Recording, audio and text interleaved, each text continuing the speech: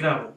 Defínese cravo como unha pequena barra de metal rematada en punta e cunha cabeza no extremo oposto, que se usa para cravar. Tamén se pode definir como unha goma do craveiro, que ten forma dun cravo, e que se usa como especia. Provén dunha planta bueno. Orixe. Esta palabra é unha palabra primitiva e ten a súa orixe en latín. No primeiro, tanto no primeiro como no segundo caso. Xa que o segundo caso o segundo caso provén do primeiro, xa que se deu o nome a esa especia pola súa semellanza a un cravo. Bueno, usos na actualidade. Coloquialmente usa a palabra cravo co significante, co significado de diñeiro ou de callo. No canto dos ámbitos que se utilízase no ámbito da ferraxería e na construción en xeral. Frases feitas. Frases feitas que utilizan con cravo son agarrarse un cravo ardendo, que sería recorrer unha solución que ten algún inconvinte, dar no cravo, que sería acertar ou atinar, dar unha no cravo e cento no cerradura, que sería acertar tras varios intentos, e remachar o cravo, insistir nun feito.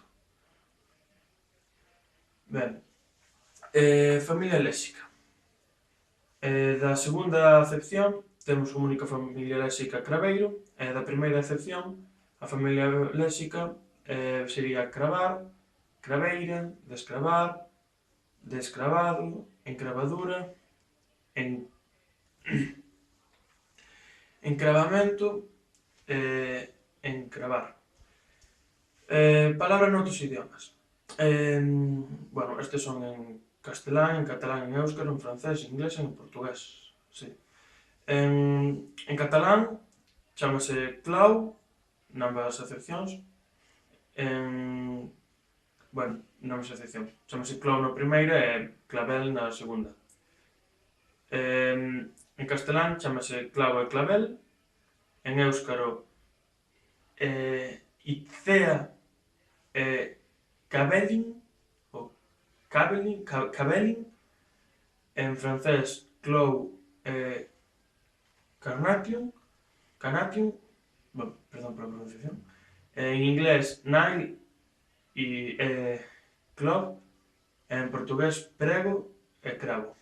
Como curiosidade, a revolución dos craveis, a revolución do cravé, en Portugal tivo lugar en 1974, no 24 de abril, e foi unha revolución contra a dictadura de Salazar, que puxo fin ao réxime fascista, dando lugar á democracia portuguesa actual.